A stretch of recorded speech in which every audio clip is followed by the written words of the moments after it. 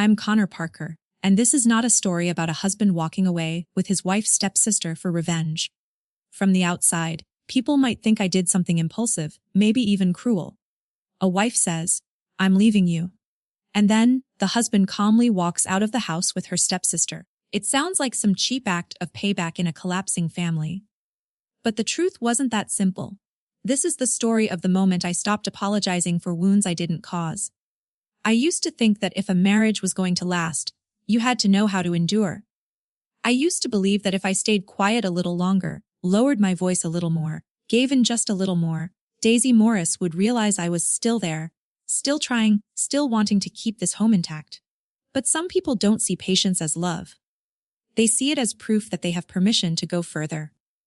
That evening, I came home after a day so long it felt like someone had stacked stones on both my shoulders. The street in our neighborhood was as quiet as always, the lawns trimmed flat, the windows glowing warm yellow, the polite neighbors only nodding hello before disappearing behind their own doors. From the outside, the house Daisy and I shared looked like something out of an advertisement. Clean, orderly, complete. But when I opened the door and stepped inside, the silence in the house made me stop. The living room was too clean. There was no glass Daisy usually forgot on the table, no throw blanket she always left crooked on the sofa, no faint scent of the candles she lit every night. Everything had been arranged so neatly that the place no longer felt like a home, but a waiting room before a verdict. Daisy stood in the middle of the living room. She wasn't crying. She wasn't shaking. She didn't look like someone about to end a marriage that had lasted for years. Daisy stood there with a face so calm it chilled me, her arms folded across her chest, her eyes sharp and dry, like she had practiced this pose in the mirror many times. I set my keys down on the small table by the door. "What's going on, Daisy?" She looked me up and down, and that look was no longer the look of a wife looking at her husband. It was like a homeowner looking at an old object she had finally decided to throw away. "I'm leaving you." The sentence dropped into the middle of the living room, neat, cold, and sharp as a freshly wiped blade. For 1 second, I could hear the heater running inside the wall. I could hear the clock ticking on the shelf. The strange thing was, I didn't feel myself shatter the way Daisy seemed to be waiting for. I only felt something silent close inside my chest, like a door that had been slammed too many times had finally locked itself. Daisy narrowed her eyes slightly, maybe because I wasn't reacting according to her script. "You're not going to say anything?" she asked, her voice beginning to grow thorns. "Or are you just going to stand there with that pathetic face, as the whole world owes you an apology?" I looked at her, and in that moment, the past few years rushed back very quickly. Daisy is checking every one of my expenses, even though had never hidden a dollar from her. Daisy gave a faint laugh when I said I was tired, telling me my job was nothing to be proud of. Daisy was reminding me again and again that I was lucky to have her, that a man like me would be invisible to everyone if she weren't around. Every time we argued somehow, I always ended up being the one who apologized. I apologized for disappointing her. Apologized for not being perceptive enough. Apologized for making her angry. I apologized even for things I hadn't done, just so the house could stay peaceful for one more night. Daisy stepped closer. "You know what the funniest part is, Connor. You actually think your kindness has value. But the truth is, it only makes you boring. You're safe, predictable, and easy to control. And I'm tired. I'm tired of pretending you're enough of a man to keep a woman like me." That sentence should have hurt. And it did. But behind the pain, for the first time, I could see clearly what Daisy wanted. She didn't just want to leave me. She wanted me to believe I deserved to be abandoned. She wanted to watch me collapse so she could step over me without feeling guilty. I drew in a slow breath. "How long have you been rehearsing this speech?" Daisy's face stiffened for a second. "Don't try to act smart. I'm just asking. You don't have the right to ask anything." She snapped. "Tonight, you listen, you understand, and you accept that I've had enough." Right then, I realized there weren't only two of us in the living room. Near the entrance to the dining room, Rachel Scott stood tucked beside a low cabinet. Daisy's stepsister. Her face was tense, her hands clenched so tightly that her knuckles had turned white. Rachel wasn't looking at me with smug satisfaction. She looked like someone who had been dragged into something she knew was wrong, but hadn't yet found the courage to walk away from. I turned back to Daisy. "What did you bring Rachel here for?" Daisy curled her lip. So there would be a witness. So at least one person in the family could see clearly what kind of man I've had to live with. Rachel immediately lowered her eyes. Daisy, I don't think this needs to. Shut up, Rachel. Daisy whipped toward her. You just need to stand there and watch closely. Watch how pathetic Connor is when there's no one left to cover for how useless he is. I saw Rachel's shoulders flinch. And in that flinch, I understood something that made my stomach go cold. Daisy didn't only do this to me. She was used to doing it to the people around her, turning them into unwilling spectators for her displays of control. I stopped arguing. I walked to the table by the door and picked up my car keys again. Daisy followed me with her eyes, and for a split second, they brightened, as if she thought I was about to run away in shame. But I wasn't running away. I looked at Rachel. If you need a ride out of this mess, come with me. It was as if all the air had been pulled out of the room. Rachel's head snapped up. Daisy's face went pale instantly, not because she was jealous, but because, for the first time that night, someone had torn her script in half right in front of her. She had prepared for me to beg. Prepared for Rachel to witness me being crushed. She had not prepared for me to calmly walk out and take with me the only other person in the room who was also being used as one of her props. Rachel, Daisy said, her voice so sharp it was eerie. If you walk through that door, don't expect to come back here as if nothing happened. Rachel looked at Daisy, her lips trembling slightly. Then she looked at me. I didn't urge her. I just opened the door. 1 beat, 2 beats. Rachel stepped forward. Daisy stood frozen in the middle of the living room, her face twisting with rage and panic. Just as Rachel passed me, Daisy's phone rang on the table. The sound cut harshly through the dead silent house. I glanced down at the screen. The caller's name was clearly displayed. Isaac Taylor. Someone I had once trusted. Daisy lunged forward and flipped the phone face down, but it was already too late. I looked at her hand trembling on the black glass, then at Rachel's bloodless face beside me.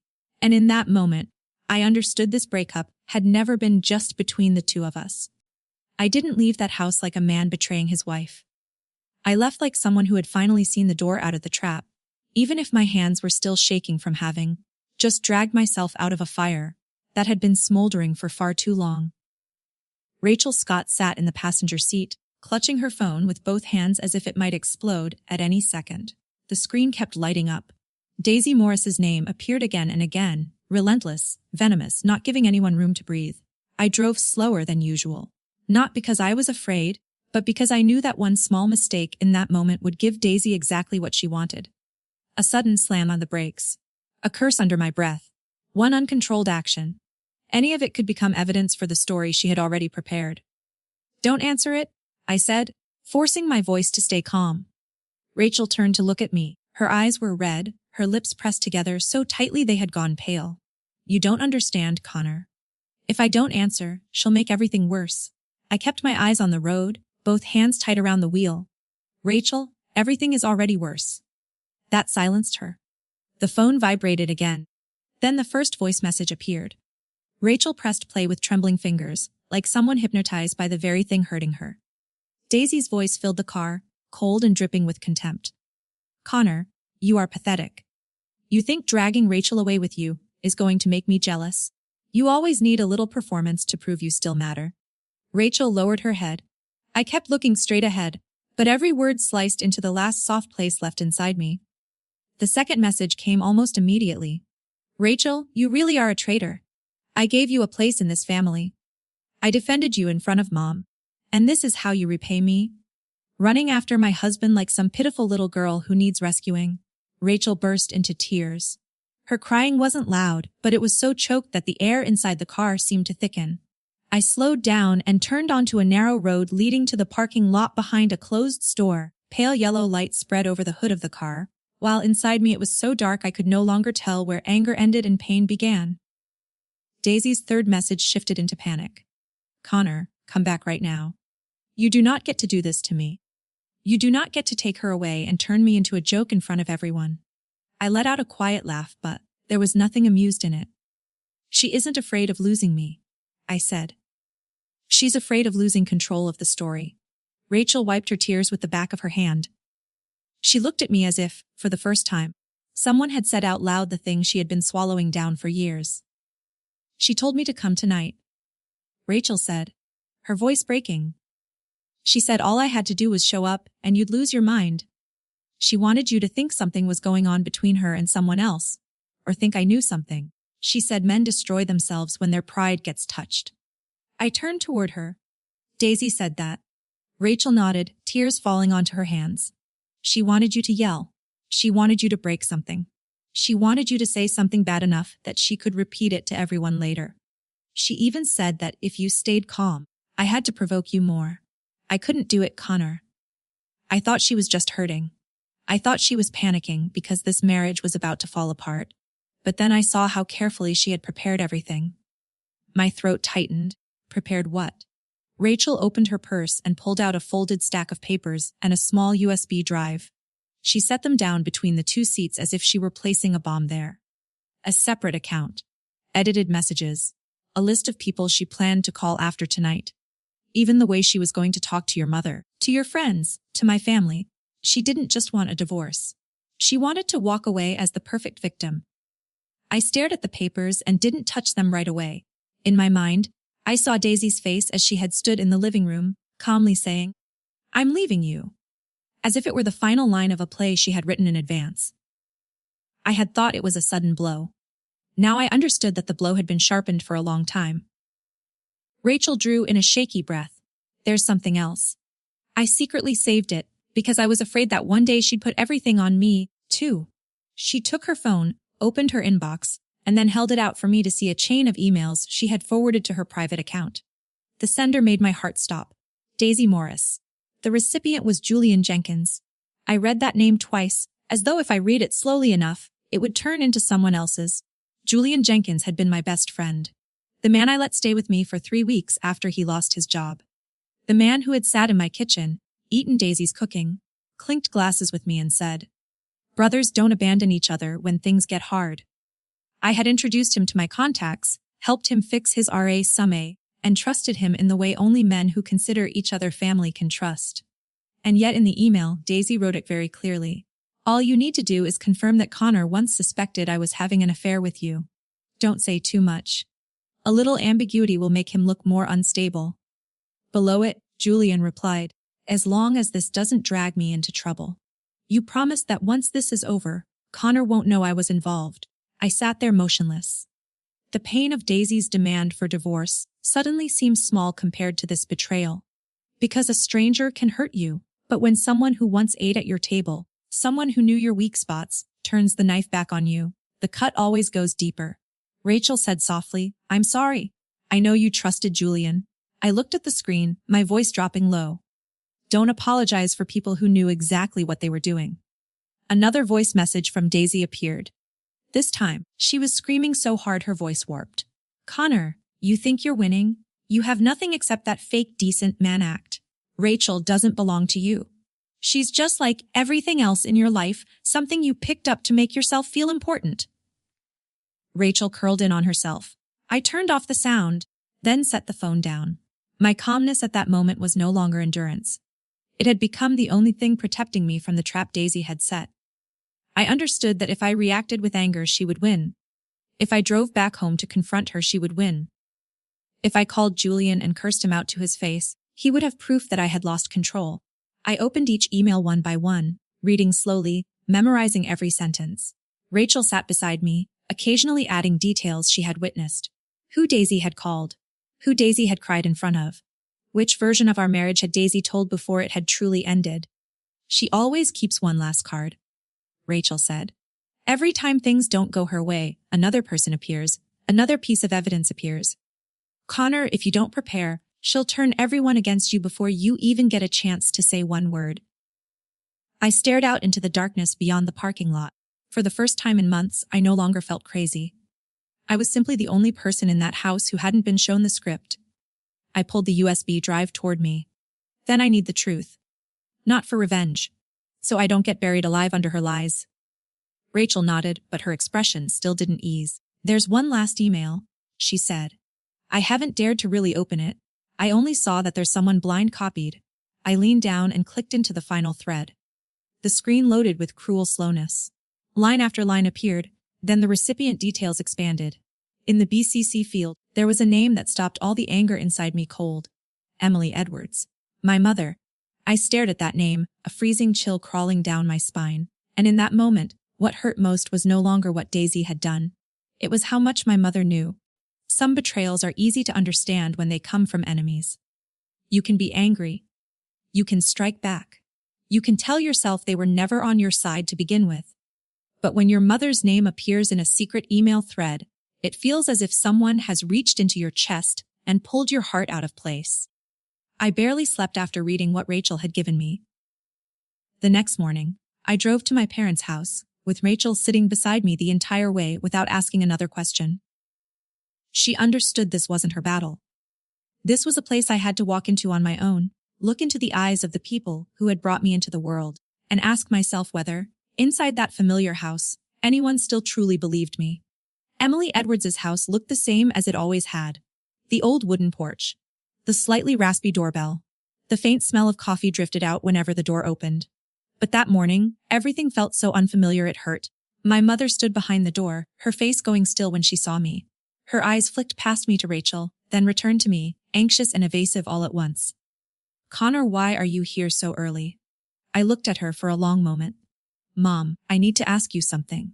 And I need you to answer me honestly. She invited me in, her fingers lightly clutching the hem of her shirt, as if she had known this storm was coming. Just not how big it would be. Rachel stayed out in the yard for a moment, before coming inside, and sitting in the chair near the door, keeping exactly the distance she had promised. I placed my phone on the table and opened the email thread with Emily Edwards' name in the exchange between Daisy Morris and Julian Jenkins. My mother leaned down to look, and the color drained from her face. Why is your name here? I asked. She pressed her lips together. Daisy came to me a few times. She said, the two of you were having problems. She cried a lot, Connor. She said you were cold, that you were selfish, that you abandoned her inside your own marriage. I heard each word drop like a stone. Not because Daisy had never said things like that about me before, but because my mother had listened, had believed her, and might have helped give those lies a shape. What did you say to her? Emily lowered her head. I told her to stay calm. I told her that if she truly couldn't bear it anymore, she needed to prepare herself. I confirmed a few things. Your work schedule, the joint account, and the times you traveled for business. I thought she needed to feel protected. A dry laugh broke out of me, but it caught in my throat almost immediately. Mom, she didn't come to you because she was broken. She came because she knew your tears would become her evidence. My mother's eyes reddened. She shook her head, as though she wanted to deny it but couldn't find a sentence strong enough to stand on. No, Daisy couldn't, she cried in front of me. She was trembling, Connor. She said she was lonely. She knew what you were most afraid of. I said, my voice dropping. You were afraid I'd become a careless man. She took that fear, turned it into a weapon, and let you hand her the bullets yourself. The air in the room grew thick. The clock on the wall was still ticking, but I felt as if time had stopped at the exact moment my mother understood that love placed in the wrong and hands could wound just as deeply as hatred. Just then, Samuel Perry stepped out from the hallway. My father didn't speak right away. He looked at the phone on the table, then at me, then at Emily. There was no panic in his eyes, only the exhaustion of a man who had been watching longer than anyone realized. Connor, he said, there's something I should have told you sooner. I turned to him. Daisy withdrew money from the joint account several times. Not an amount large enough to stand out in one transaction, but regularly. Small enough that you'd overlook it if you were busy, enough that after a few months it would become a significant sum. I felt my hand tighten around the edge of the table. How long have you known? I saw a notification when you asked me to look over your tax papers last time. I thought you and your wife had your own arrangement, so I didn't interfere. He paused, his voice growing heavier. But there was one name I remembered. A transfer notification connected to Jade Turner. Rachel's head snapped up. Emily froze too. Who is Jade Turner? I asked, though a bad feeling had already begun to take shape inside me. Samuel looked at me for a long moment. I'm not sure, but if Daisy is hiding money, that girl may know where it went. Emily burst into tears. She lifted a hand to cover her mouth, tears slipping through her trembling fingers. I'm sorry, Connor. I didn't know, I truly didn't know. I looked at my mother. The anger was still there, painful and hot, but I didn't want to turn her into another enemy in this story. Daisy had already dragged enough people into her performance. I can't forgive you right away, I said. But I don't need a rushed apology. I need the truth.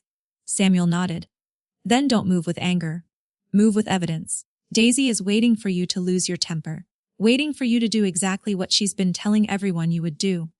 Only then did Rachel speak, her voice quiet but sharp. Daisy always does this. She cries first, gets other people to act for her, then stands behind them and says everything happened because she was in too much pain.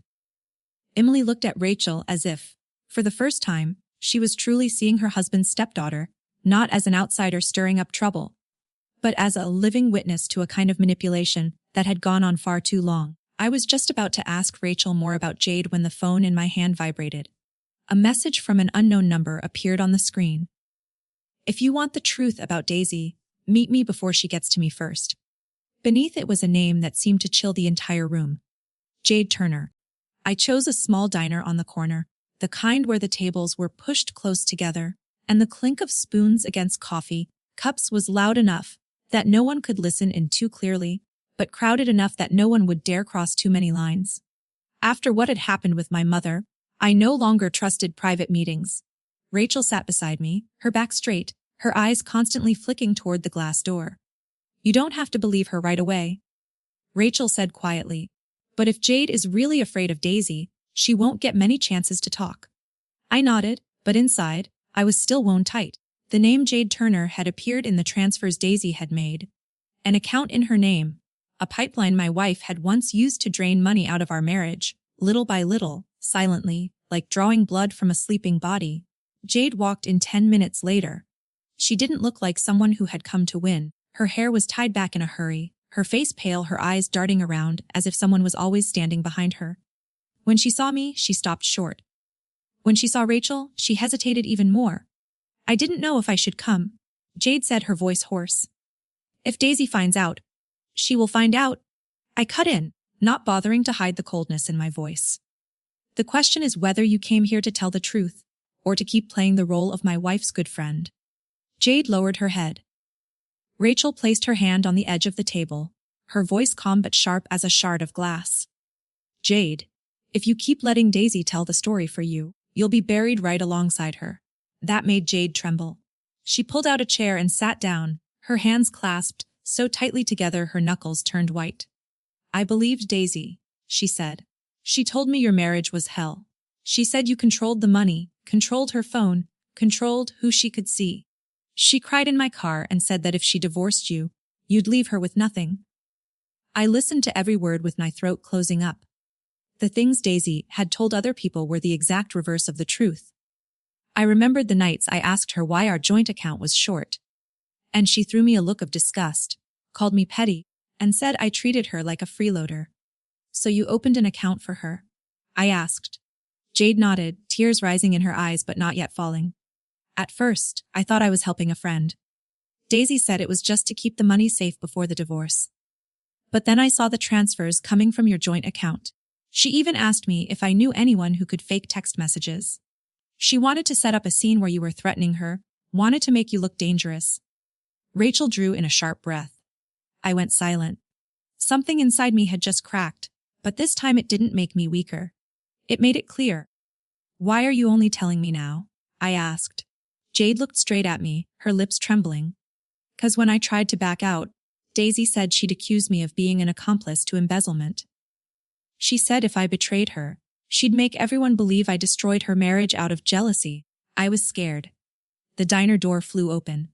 A gust of cold air swept in with the bright jingle of the bell above the door. Daisy Morris stood there, her coat draped loosely over her shoulders, her face carefully made up, but her eyes blazing red with anger. She looked at us as if she had just caught us committing a crime she herself had already written into the script. How sweet, Daisy said with a cold laugh, walking straight toward our table. My husband, my stepsister, and my traitor of a friend. Is this a family meeting? Rachel stood. Daisy, don't make a scene here. And what right do you have to talk to me? Daisy snapped her gaze toward Rachel. All your life, all you've ever been good at is standing behind other people and pretending to be pitiful. What, now you want to replace me, too? Want to sit in Connor's wife's chair? A few people in the diner turned their heads. I saw exactly what Daisy wanted. The curious stares, the whispers, the air being dragged by her into a stage. All she needed was for me to lose my temper. All she needed was for me to shout. All she needed was for me to touch her arm to stop her. But I stood up slowly and looked straight at the woman I used to call my wife. You don't get to burn the house down and call yourself the victim. Daisy froze. The sentence rang out just loud enough for the people nearby to hear.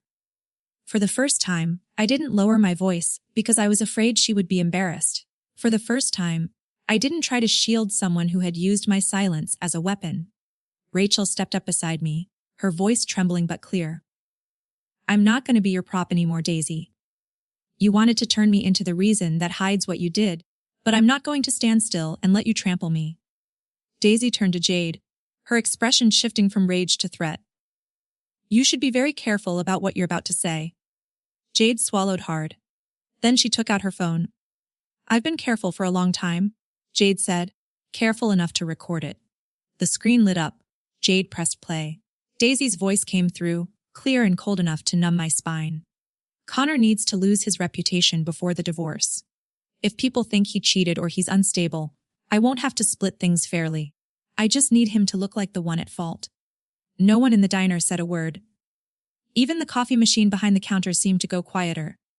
I looked at Daisy, but the person standing in front of me now was no longer the wife who used to rest her head on my shoulder on rainy evenings. She was the person who had looked at me like an obstacle that needed to be removed. Daisy lunged forward, her hand grabbing for Jade's phone. Jade screamed, Rachel pulled her back, and a chair tipped over and hit the floor with a dry, brutal crack. The entire diner erupted into chaos. Right then, the door opened again. Julian Jenkins stepped inside, his face deathly pale. He looked at Daisy, then at me, his voice stretched tight like it was about to snap. Daisy, stop. He already knows too much. Watching Julian Jenkins walk into the diner, I understood immediately that the deepest pains in Daisy wanting to leave me. The real pain was that she had borrowed the hand of the man I once called my best friend to push me over the edge. Julian froze in the doorway for a few seconds when he saw me, Rachel, and Jade sitting together at the last table. His eyes flicked over me quickly, as if looking at me for even a second longer would crack that arrogant shell he was wearing. I had once pulled Julian out of months of unemployment, introduced him to a few business connections, let him sit in my living room, drinking beer, laughing beside Daisy during weekend dinners. And now he was walking toward me like a stranger who had rehearsed betrayal.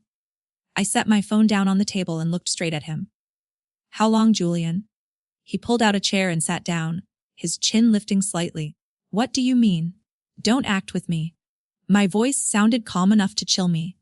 How long have you been standing behind my back? How many times did you lie to me inside my own house?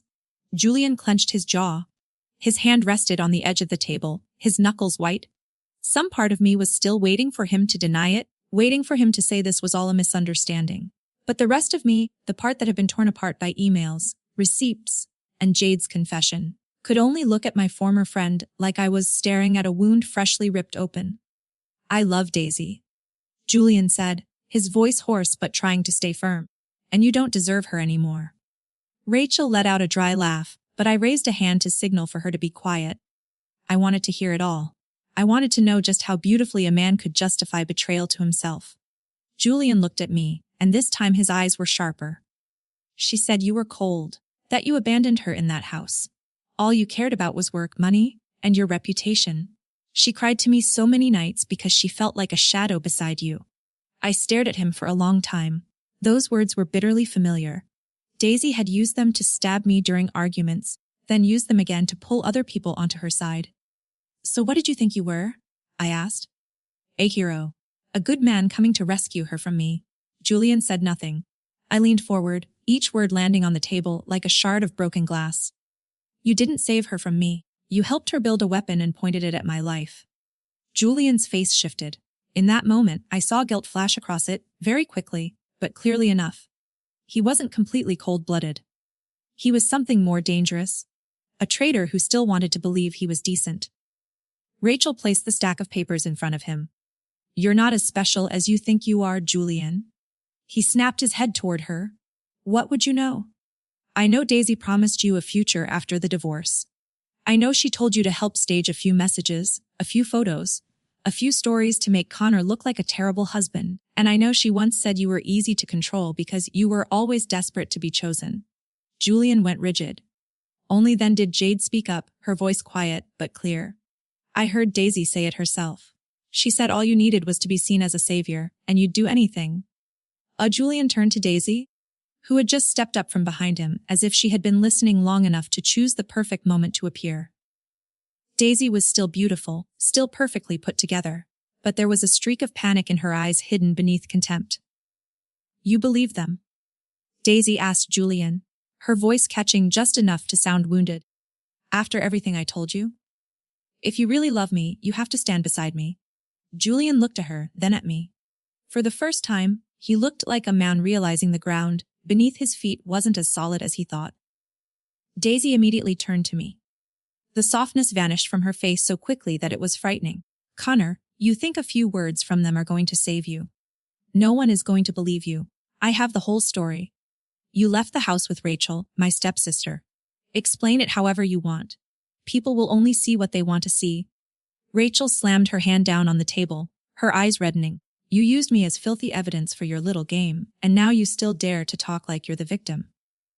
Daisy glanced at her, ice cold. You chose to sit beside him. Don't blame me, because everyone understands exactly the image they're looking at. I looked at Daisy and realized she still believed in one thing above all else: public opinion mattered more than the truth. As long as she told her story first, cried first, took the photo from the right angle, and cut the sentence in the right place, she would win. Rachel turned to me, her voice trembling but steady. I'll testify. Even if she cuts me off, smears my name, or drags the whole family into it, I'll still tell the truth.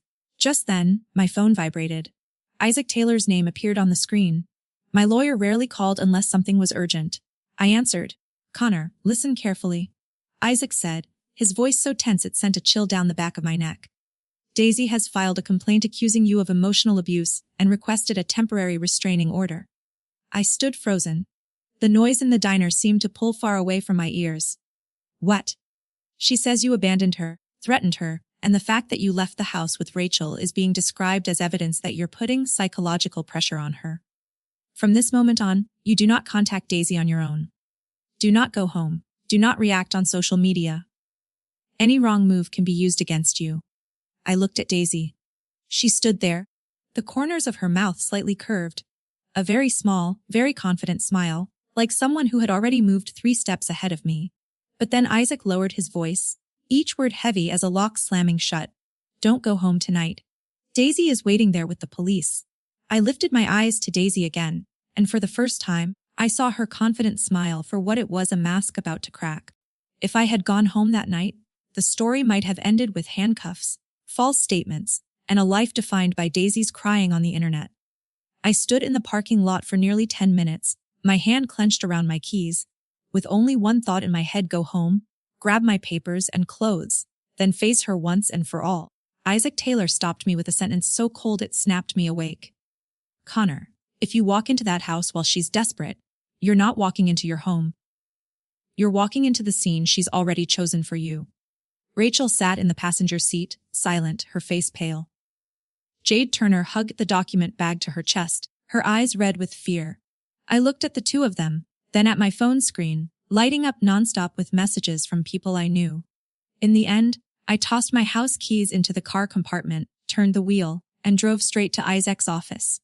Isaac's law office was lit up in the middle of the night like a storm shelter. Across the long table, we spread out everything we had gathered: the emails Daisy had sent to Julian, the messages about the money transfers, Jade's recording, bank statements, strange phone calls, even the texts Daisy had once used to force Rachel into silence. Isaac did not let us ramble out of order. He placed each stack of papers down one by one, his voice firm. Manipulation lives on chaos. If you want to beat it, you have to put everything back into sequence. I sat across from him, my eyes stinging with anger. For years, I had thought I was trying to save a difficult marriage. It turned out I had just been walking through a maze where Daisy had planted every signpost in advance. Rachel placed her hand on the edge of the table and said quietly, "You did the right thing by not going back." Before I could answer, Jade's phone rang. She looked at the screen, her face going white. Daisy's live streaming. Rachel opened it immediately. On the screen, Daisy was sitting in the middle of my living room, her hair messy, her cheeks wet with tears.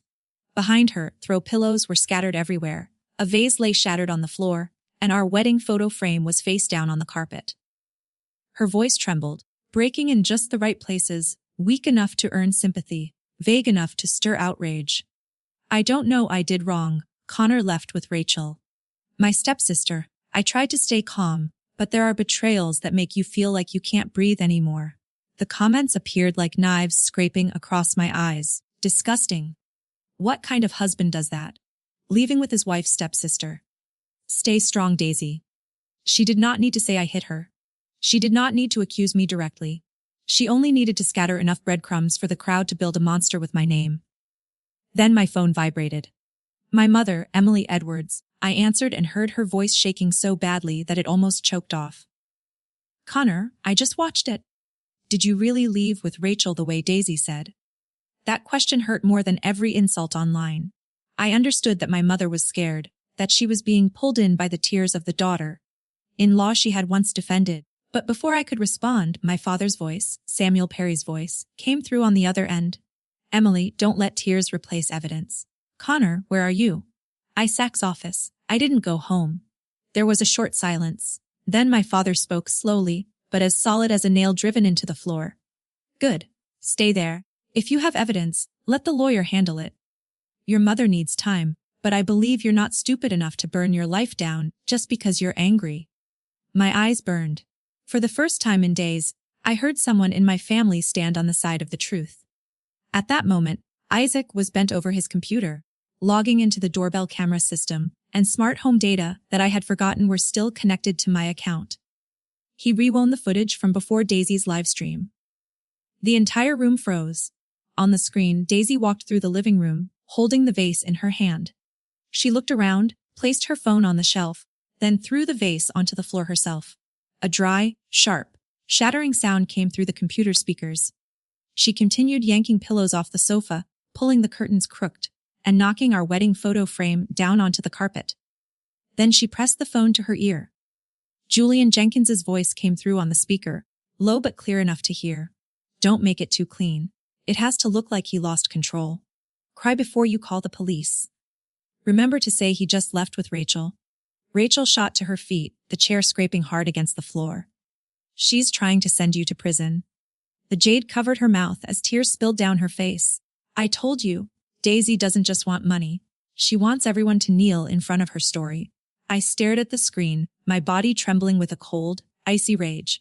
For a few seconds, I wanted to grab my phone and post the entire video online, to make every person who had just cursed me swallow their words. Rachel was thinking the same thing. She looked at Isaac, her voice urgent. We have to make this public right now. We can't let her cry for one more minute. Jade nodded rapidly. My recording too. Put all of it out there. The only thing Daisy's afraid of is being exposed. But Isaac looked straight at me. Connor, if you turn this into an online war, she'll drag you into the mud with her. If you want this to truly end, use the law. Don't retaliate. Lock the door she's using to destroy you. I closed my eyes and took a deep breath. In my mind, I saw Daisy's face on the livestream, her wet eyes, her voice breaking like she was the last victim left in the world. Then I opened my eyes and pushed my phone away. Don't post anything. Send it to the police. Send it the right way. Isaac nodded and began backing up the video, noting the timestamps, attaching all the related evidence. Outside the glass doors, the city was still lit up, and inside this room, for the first time, the battle tilted in my favor. Just then, the office phone rang. Isaac answered, and his expression changed very quickly. He looked at me, then at Rachel and Jade. The police want Connor to come in for questioning. I stood up, preparing myself for questions that would hit like stones. But Isaac had not hung up yet. He stayed silent, listening for a few more seconds, then slowly set the receiver down. There's been a change, he said. The person they want to appear immediately is Daisy Morris. I used to think the moment Daisy fell apart would make me feel relieved. I'd imagined I would feel satisfied when every lie was dragged into the light, when the people who had once looked at me with suspicion would have to lower their eyes in shame. But that morning, in the meeting room at the law office, When Daisy walked in with reddened eyes and the appearance of a wife abandoned to the very end, all I felt was tired. Tired because I finally understood that I had been living for far too long inside a play, where I hadn't even known I was the main character being put on trial. Daisy sat down across from me. She didn't look directly at Isaac Taylor, or at Rachel Scott, or Jade Turner. Her gaze lingered on me the longest, fragile and accusing at the same time, as if all it would take was 1 second of me softening for everything to fall back into the script she wanted. Connor has been cold to me for a long time, Daisy said, her voice catching just enough. Rachel betrayed me. Jade has always been jealous of my life. And Julian was only a friend trying to help me stay on my feet when my husband turned his back on me. Rachel let out a small laugh, but it trembled with anger. Jade lowered her face, both hands clenched tight. I remembered Isaac's instruction and stayed silent. The more Daisy talked, the more rope she gave herself.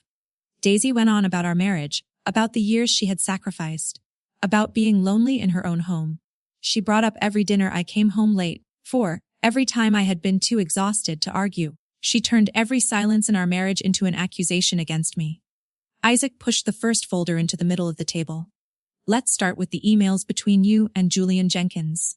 Daisy's face froze. Isaac read each line slowly.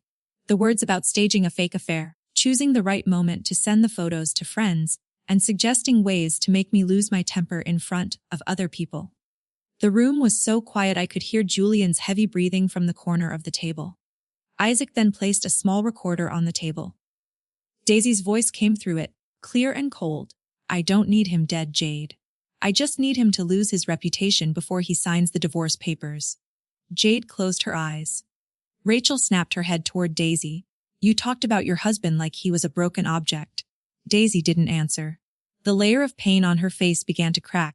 Isaac produced copies of the bank transactions next. The account was in Jade's name, but the transfers had been traced back to the joint account Daisy and I shared. Numbers didn't know how to lie. Then came the doorbell camera footage, showing Daisy knocking over picture frames herself, pulling a vase down, calling Julian in a voice so calm it was terrifying. Each piece of evidence landed like a door closing behind her. Daisy suddenly shot to her feet. The tears vanished so quickly that it sent a chill through me. Rachel, what right do you have to say anything to me? Daisy pointed straight at her stepsister. You lived off my kindness for years, and now you sit beside my husband and bite the hand that fed you. Rachel went pale, but she didn't back down. Your kindness always came with an invoice, Daisy. Daisy turned to Jade. And you, Jade? You think selling me out makes you clean? If I go down, I'm dragging you down with me. Jade lifted her head, her voice broken but clear. I was wrong to help you hide the money. But today, I'm not hiding anymore. Julian shifted in his chair. Daisy immediately turned on him, her gaze sharp as a blade. You sit still. You promised you wouldn't open your mouth. That sentence made everyone in the room understand something without anyone needing to explain it. Daisy didn't ask for loyalty.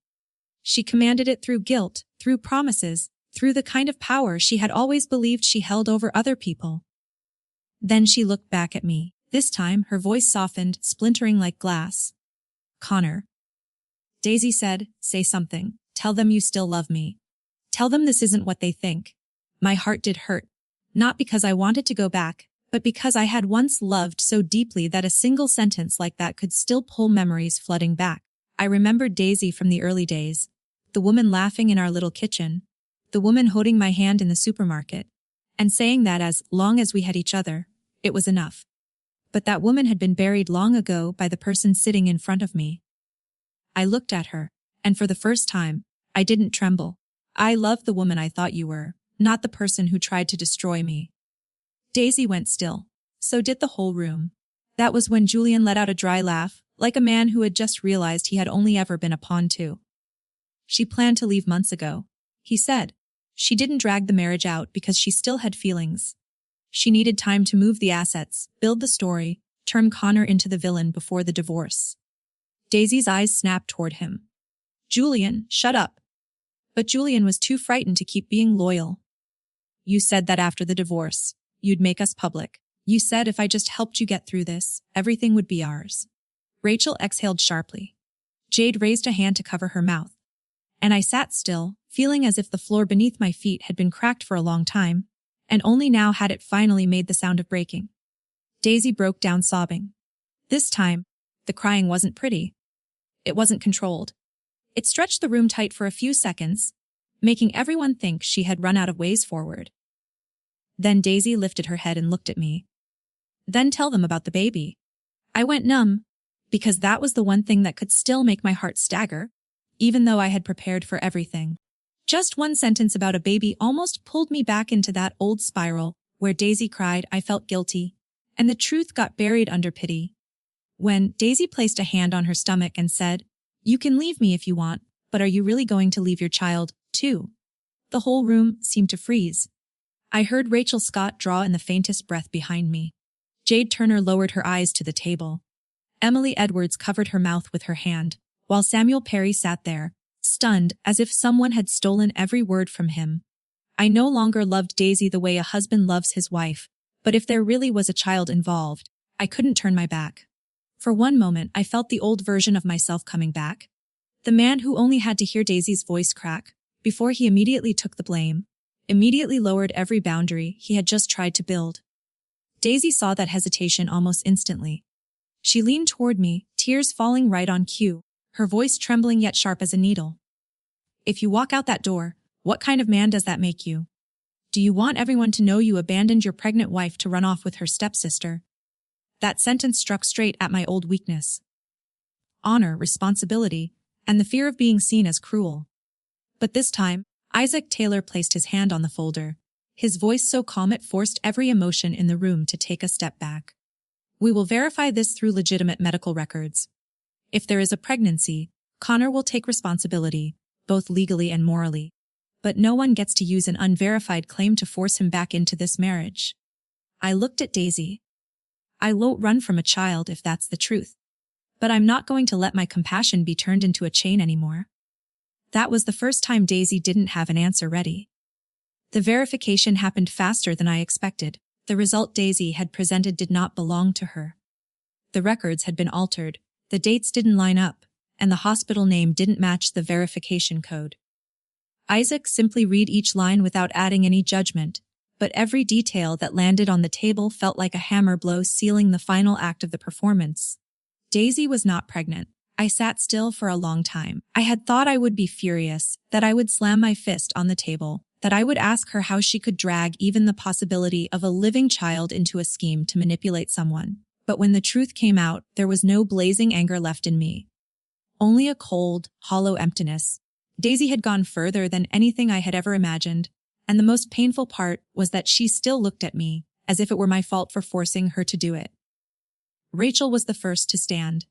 She looked at Daisy, her voice choked but firm. "I'm not going to be your tool anymore. I won't let you use me to make Connor jealous. I won't be a witness for any story you invent. I loved you for all those years, but loving you doesn't mean letting you destroy my life." Jade also handed over every message audio file and transfer record she still had. She admitted her part in what had happened and accepted the consequences. But for the first time, she did not bow her head in front of Daisy. Julian Jenkins later had to face what he had taken part in, from false statements to spreading a filthy story, so he could play the man who rescued Daisy. In the end, he understood that he had saved no one. He had only turned himself into a pawn in her fantasy. Emily Edwards cried when she apologized to me. She said she had believed Daisy's tears more than her own son's painful silence. I didn't hug her right away, and I didn't say everything was fine. I only told her, "I need you to believe the truth, not the person who cries louder." Samuel sat beside her, nodding very slowly, like a man who had aged overnight. I completed my exit from that marriage with clear paperwork, with meetings with lawyers, with a calmness I had once mistaken for coldness. I didn't rush into Rachel's arms to prove I had beaten Daisy. Rachel didn't need me to turn her into a prize after a war, either. We kept a healthy distance, because we both understood that someone who has just escaped a burning house shouldn't rush to call a new place home just because someone hands them a clean towel. Daisy broke down after that. Not because she lost me, I think. She broke down because, for the first time, her tears no longer controlled the room, her threats no longer made anyone kneel, and the script she had written no longer forced everyone to act along. I didn't feel the satisfaction I once thought I would. Watching someone lose control is not always a sweet victory. Sometimes it is only proof that things had been rotting for far too long. I learned to protect my finances with paperwork, my reputation with the truth, and my emotions with the right people beside me. I learned to say, "Enough," without needing to shout. I learned that boundaries don't make you a bad person. They simply stop other people from turning your kindness into an unlocked door. I used to think the day Daisy said, "I'm leaving you," was the day my life fell apart. It turned out to be the day I was given back to myself.